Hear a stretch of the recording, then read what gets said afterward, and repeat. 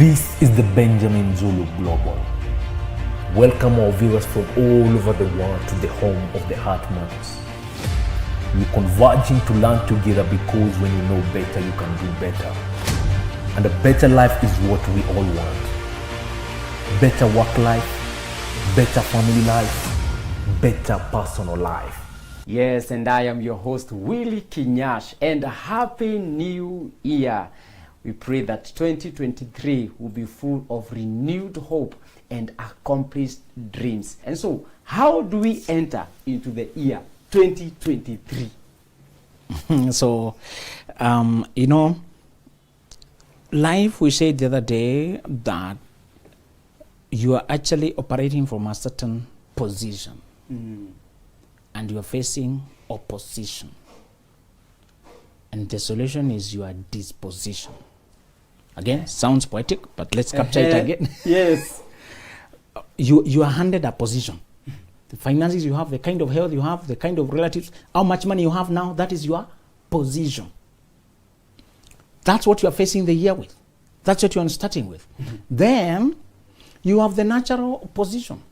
There is scarcity of resources. Everybody wants the same things like you. There is competition. People are looking out for themselves. They will take away what you have if they have the chance to. There is opposition. But the solution, what we are discussing today, is your disposition. Your position and opposition are given for everyone. It's granted. Yes. Many respond by running away, by jumping on the back of others, by trying to shift the responsibility to somebody else. The solution is your disposition. Disposition is what we are going to call energy. All right? Now, energy has levels. Other people have called energy attitude, perspective.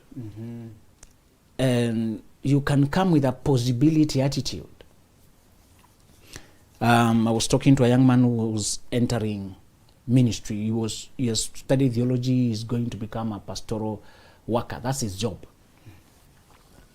And while giving him a few tips, I was telling him, pay attention to the following. I took a philosophical approach because he's scholarly. I was telling him we are going to contend with 3 questions. That's a research language. It's like you're fighting with a question. The question that you're not going to that church like a church, the way people attend there. Yes. You are joining the backstage.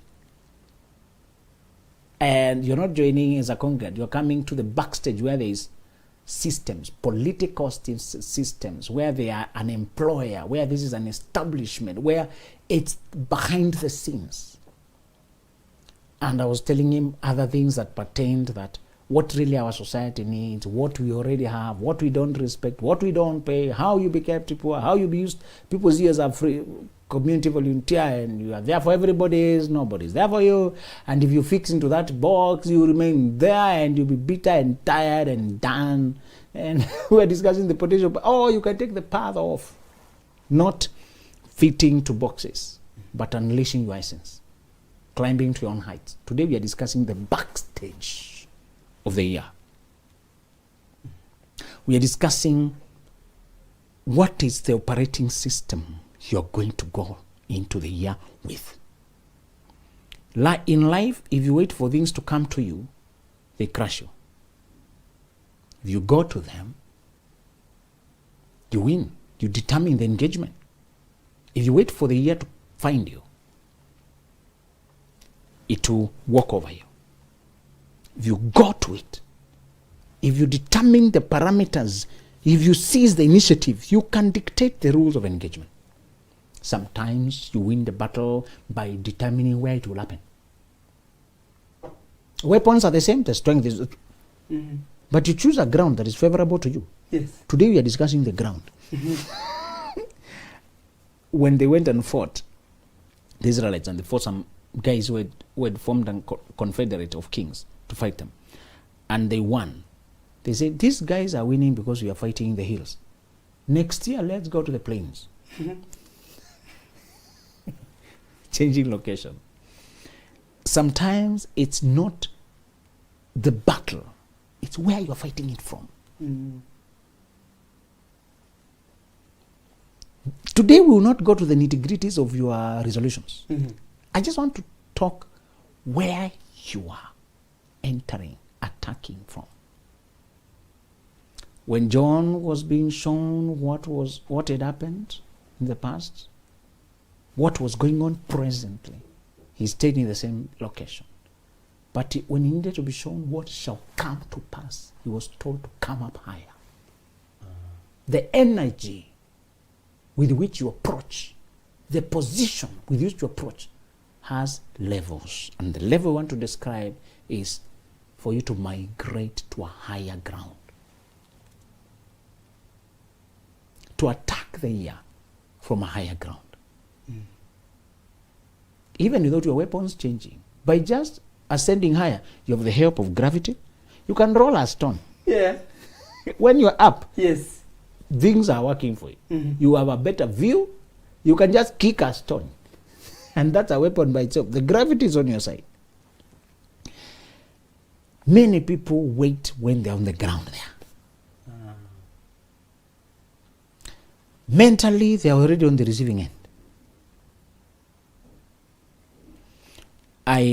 I bumped on that principle, and some things you live with them before you tell them to anyone to make sure they are real. And I tell you they are real. What I'm telling you today, I have seen it work when nothing else had changed of what I had. When you talk about ascending to a higher ground, in battleground language, in warfare language, is really a topographical raised ground, a hill, raised ground, a hill, a rock.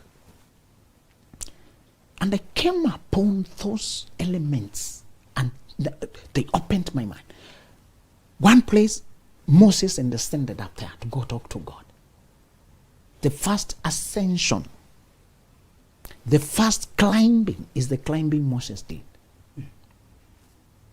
He wanted to seek the sender, the one who sent him to this mission. And he ascended to look for him. A conversation happened there that you can use as your anchor.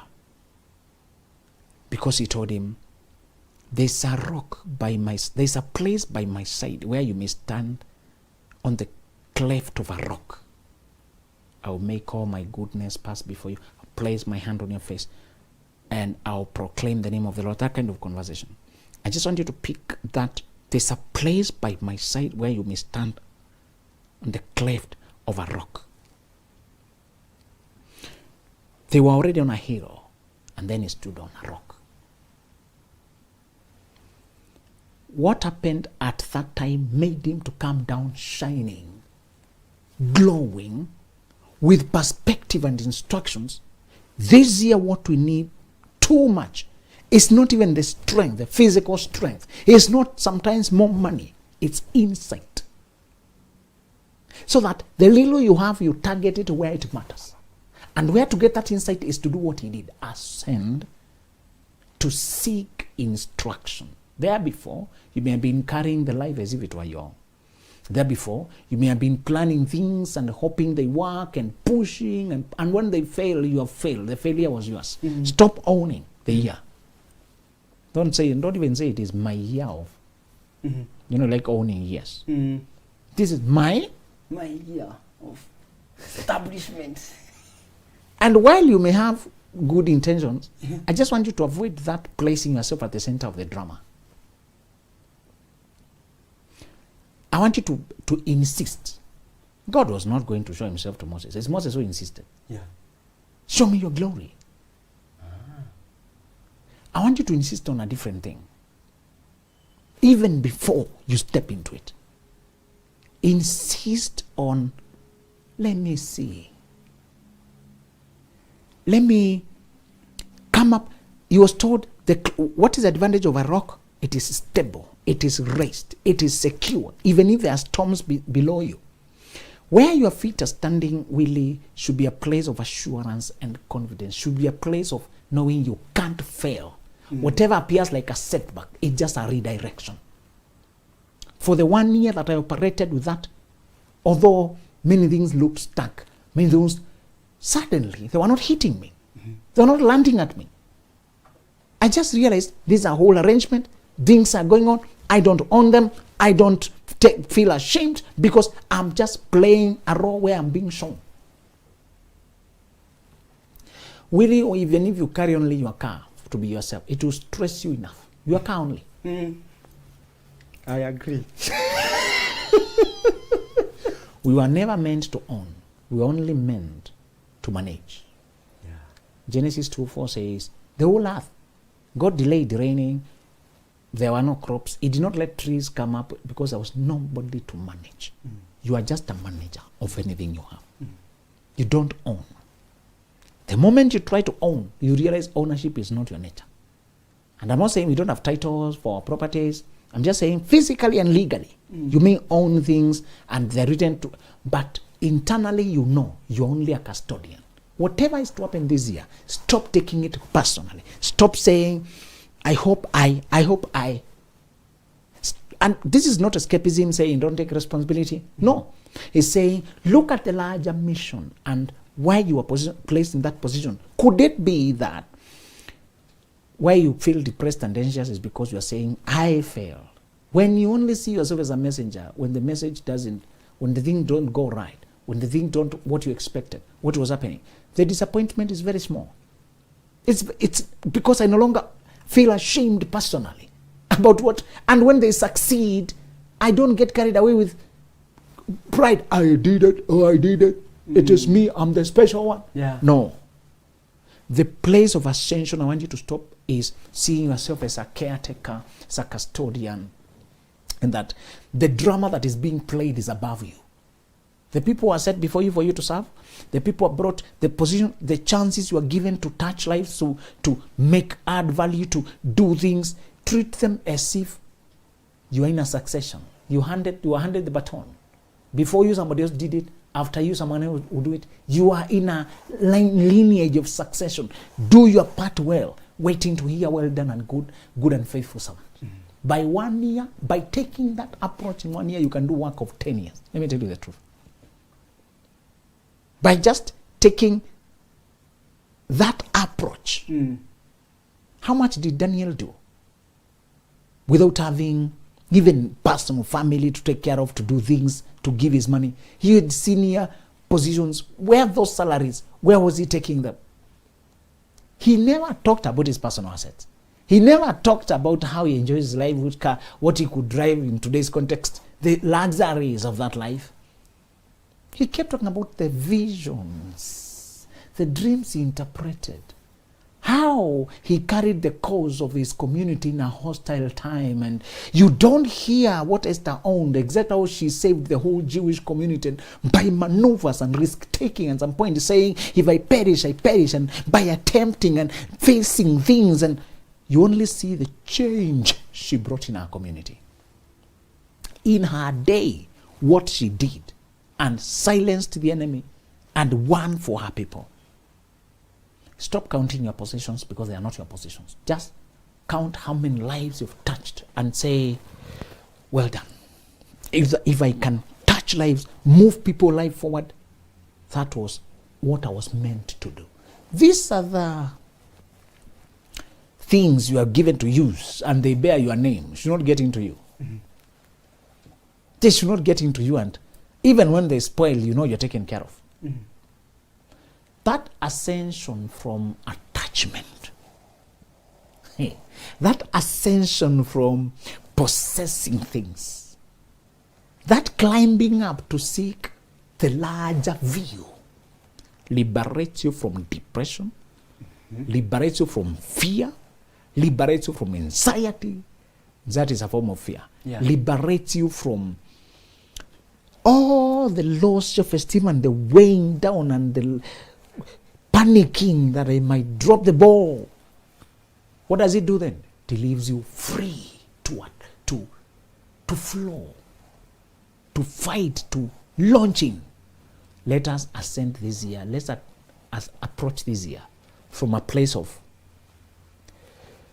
I just have to play my part. I don't own the outcome. This does not mean I'll be relaxed. I'll give it my very best. Mm-hmm. I want to hear, well done, good and faithful servant. But I'm only a servant.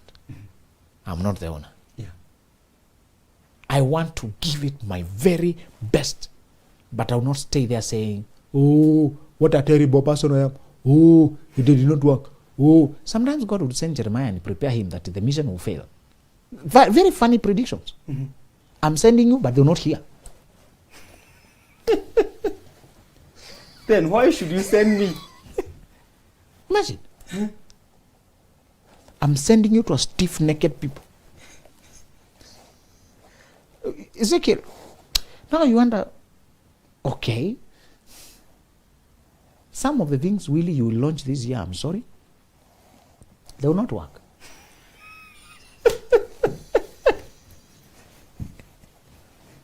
They will not work. No. And the one who is sending you to launch knows Yes. they will not Work. Then why allow me to launch them? He is doing it for his own reasons, to extend opportunities, to still do what a father would have done, to give time and chance.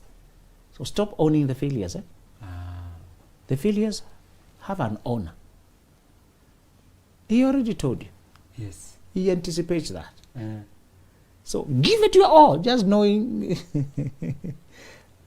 he doesn't tell us early that it will fail, so that we don't quit trying. Yes. You hear how you're asking automatically? What's the point?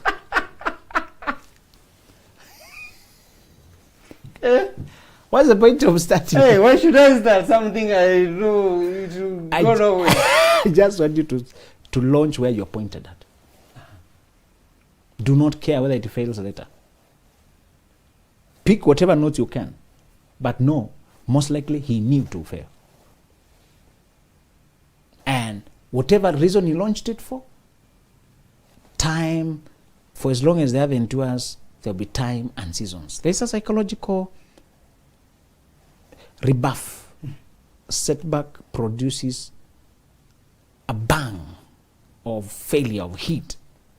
You feel like you have been whipped with a psychological blow, that what you had gotten so attached, you were looking forward to the outcome.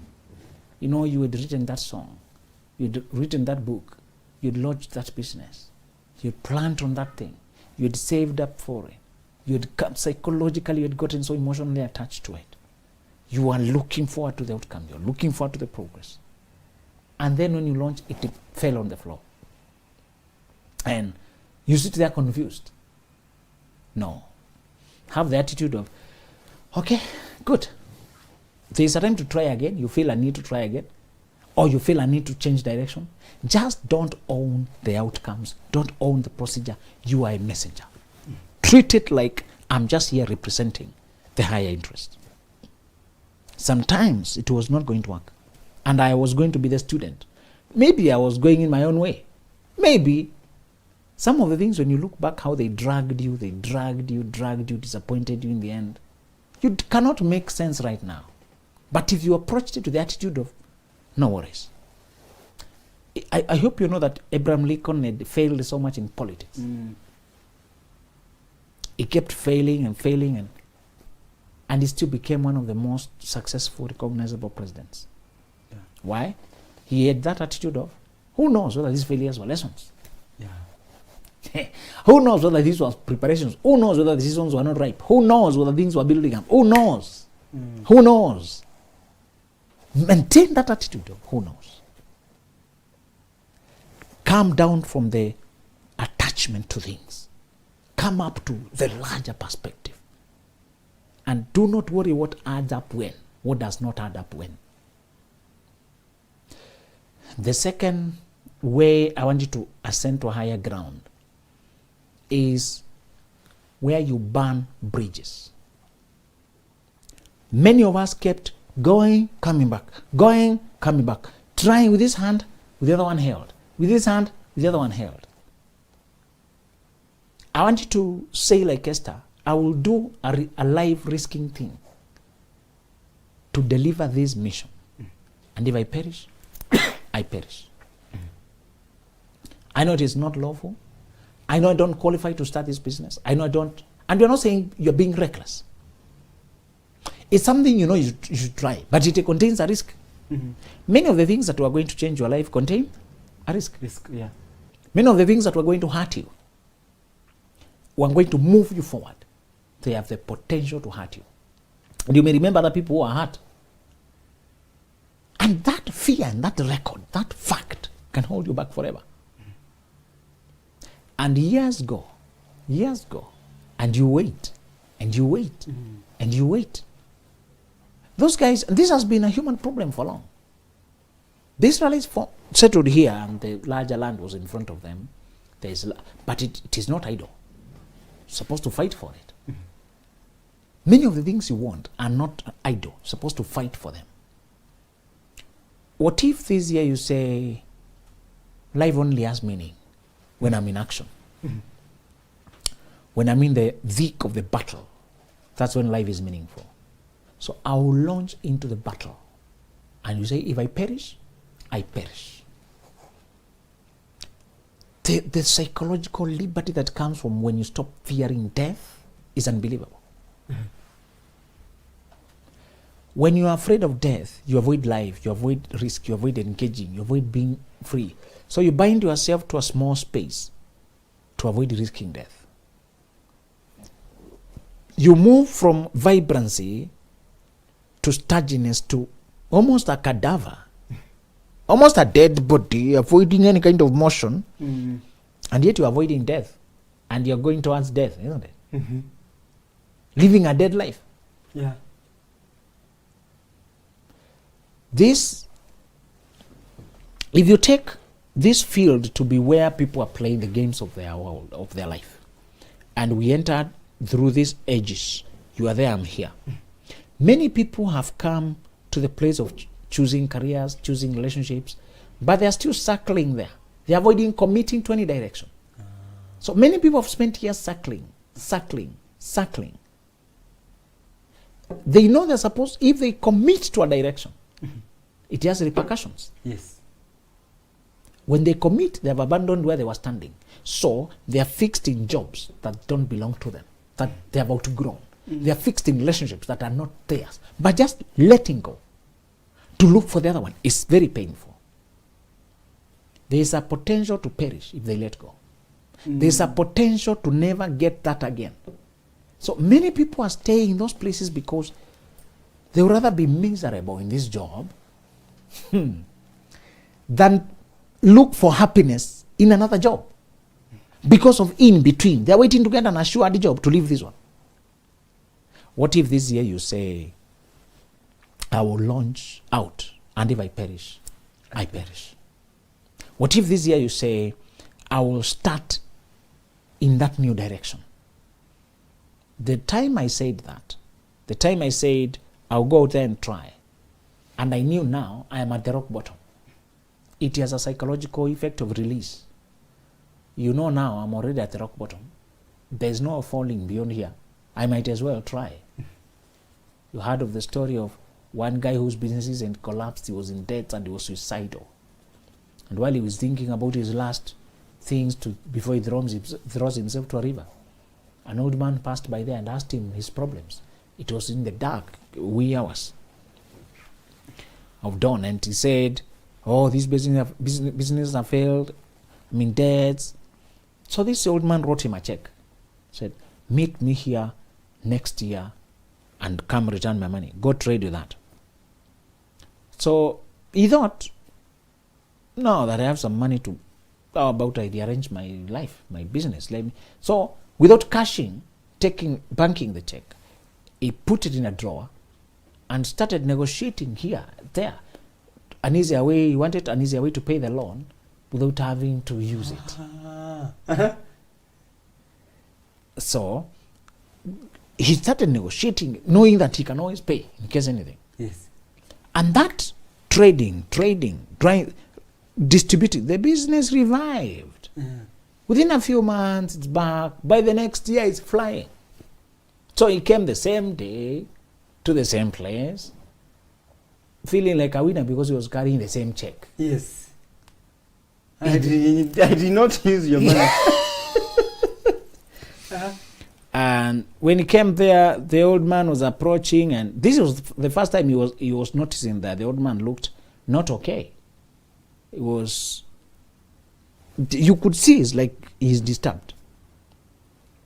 But before he arrived and happily to hand him the check, a nurse came behind him running. That check had been written John D. Rockefeller, the billionaire of those days. John D. Rockefeller was a rich man and he was philanthropic. He would give people money. So this man believed he had a check for John D. Rockefeller. And with such a security, I can always cash it anytime. But he had, to challenge himself, he solved the problem only keeping it as an emergency. Yes. And then he brought back. But when the John D. Rockefeller came, a nurse came behind him saying, I hope he has not been bothering you. He keeps escaping. He is mentally unwell. He keeps escaping and telling people he's John D. Rockefeller. He even had printed fake checks.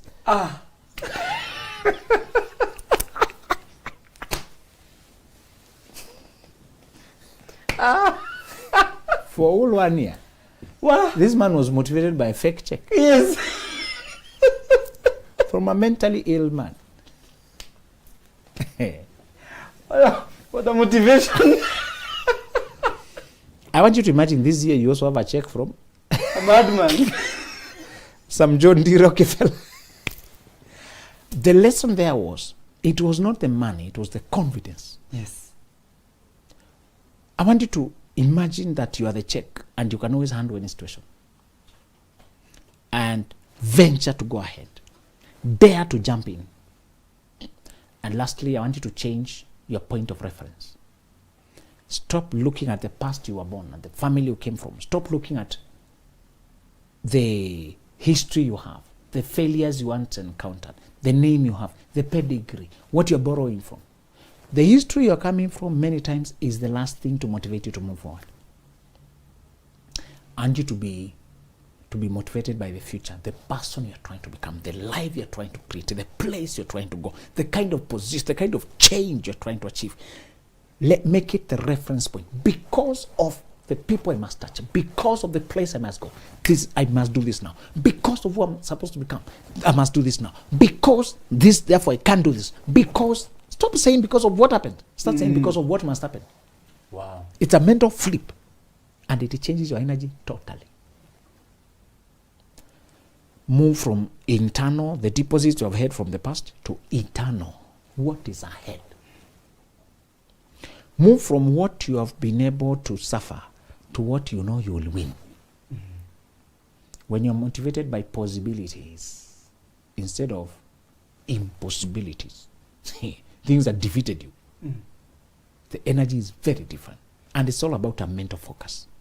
In summary, is to say, you ascend by stopping to see yourself the center of the drama. Just see yourself as serving on a higher call. And stop this attachment to failures and shame and guilt and anger. Have a free-flowing attitude of learning the lesson and try next. When you are that kind of a person, you become unstoppable suddenly. You have ascended to a place of undefeatability because you're no longer internalizing the shame. You're saying, it is today. I learned that. Next. And next, you are adapting an attitude of, what if I keep holding back like I held in 2022, 2020, 2021, and I was careful waiting for things to align? My life will end this way. And I'm still not happy. If I try, what might go bad? I might perish. If I perish, I will have perished trying what I should have been trying in this world. But I might succeed and find a lot of satisfaction. I will launch, and if I perish, I perish. Assume you have a check that is banking on you, supporting you. And lastly, stop referencing what happened. Reference what must happen. Draw a vision that has time bound. I must approach that vision. I see the flower, I see the glow, I see the glory, I see the crown, I see the diadem, the royal diadem, the proof of royalty, of kingship, of winning. Picture that and hook your mind on it. And knowing I'm supposed to reach that point within this time, the past becomes irrelevant. The fears lose their grip. Whatever was shaking you, now it is very weak. What has changed? Where you are referencing. Change your reference from the past to the future. The past, you have a lot of regrets. The future, you have a lot of hopes and convictions. Yes. Wow. Thank you so much. And are you ready to migrate to higher level? Remember, you can migrate as you make up your mind how you want the year to be. Have confidence, proper planning, and do not settle for less. Do not look at the things that did not work. We are in new year, and so whatever you're going to plan, it will work. The mindset is very key, and I can assure you, as you follow these rules, you'll be able to make it and have a successful year. So thank you so much for joining in, and again, we wish you a happy 2023. God bless you, and see you on the next one. My name is Willie Kinyash. This is the Benjamin Zulu Global. Welcome our viewers from all over the world to the home of the Heart Matters. We're converging to learn together because when you know better, you can do better. And a better life is what we all want.